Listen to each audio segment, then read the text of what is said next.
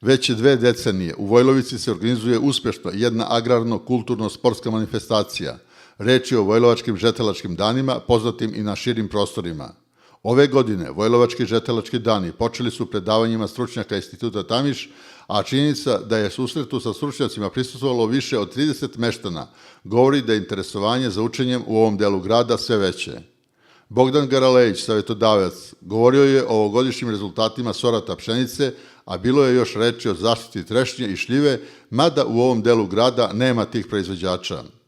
Naredna 2 dana obuhvatili su sportske, kulturne i kulinarske manifestacije, a glavna atrakcija bio je kosidbeni dan kada su Vojlovčani kosili pšenicu. Vojlovački žetelački dani su od 20. godina uzastopce, što bi se reklo jubilarna. To se krenulo 1994. u novijoj istoriji, to mi zovemo, jer se pre nekih 50-60 godina, tih 60-ih, 70-ih, takođe su postojali Vojlovački žetelački dani, ali zbog tih stvari pre ranije pa se prekinulo. Kosidbeni dan, kao i svake godine, se održava nedelju dana ranije, ali mi smo ove godine malo formu izmenili, zbog budžeta, zbog svega ostalog, lakše ljudima i tako dalje. To je malo simbolično košenje žita na njivi, doručak na polju, što bi se reklo kako je to nekad bilo, kako se to nekad radilo.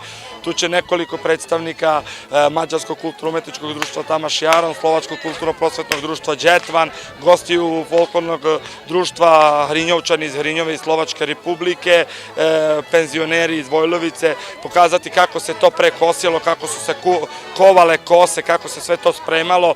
Naše devojke i žene će to vezivati, te snopove, kako se to prevezivalo samim žitom i posle pakovalo na kola. Takođe možemo videti devojke i žene što su spremili sa decom doručak.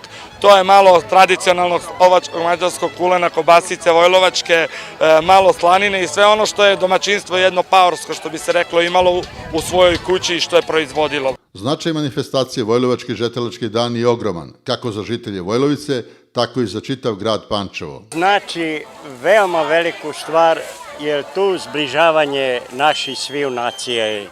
Svi tu se vidi bratstvo, jedinstvo, kako se širi, kako sve zajednički radimo, to je jako lepo za naše mesto. Dobre, takže veľmi sa nám páči. Nama se sviđa ovde veoma, sve isto kao što vi radite ovde, kao što se radi u Srbiji, tako i mi u Slovačkoj radimo i dalje se ti običaji u Slovačkoj kao i ovde održavaju i čuvaju da ne odu u zaborav, a manje više oni nemaju toliko ravnice pa i dalje u nekim predelima većinom se radi ručno.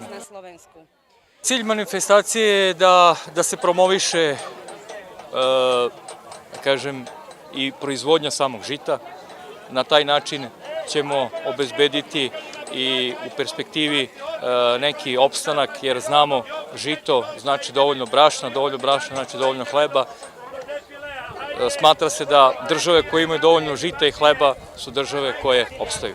Košenje kosom je skoro zaboravljeno, međutim ima znalaca koji ovaj posao rade umetnički.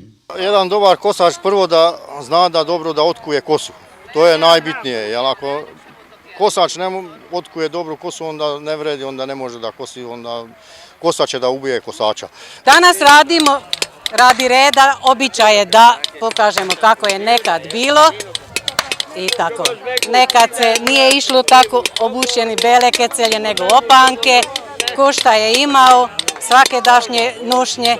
Valja reći da su ovogodišnje 20. jubilarne žetelačke dane organizovala kulturno-umetnička društva, ali i da u buduće ne treba zanemariti manifestacije ovog tipa, jer one, sem što imaju kulturni, sportski i agrarni značaj, čuvaju tradiciju u delu grada gde žive Slovaci, Mađari i Srbi, zajednički, na sveopšte zadovoljstvo. Vojlovački žetelački dani ove godine su imali više sadržaja. Kosidbeni dan bio je fil na tortu ovoj manifestaciji, koja je poznata i priznata širom Vojvodine.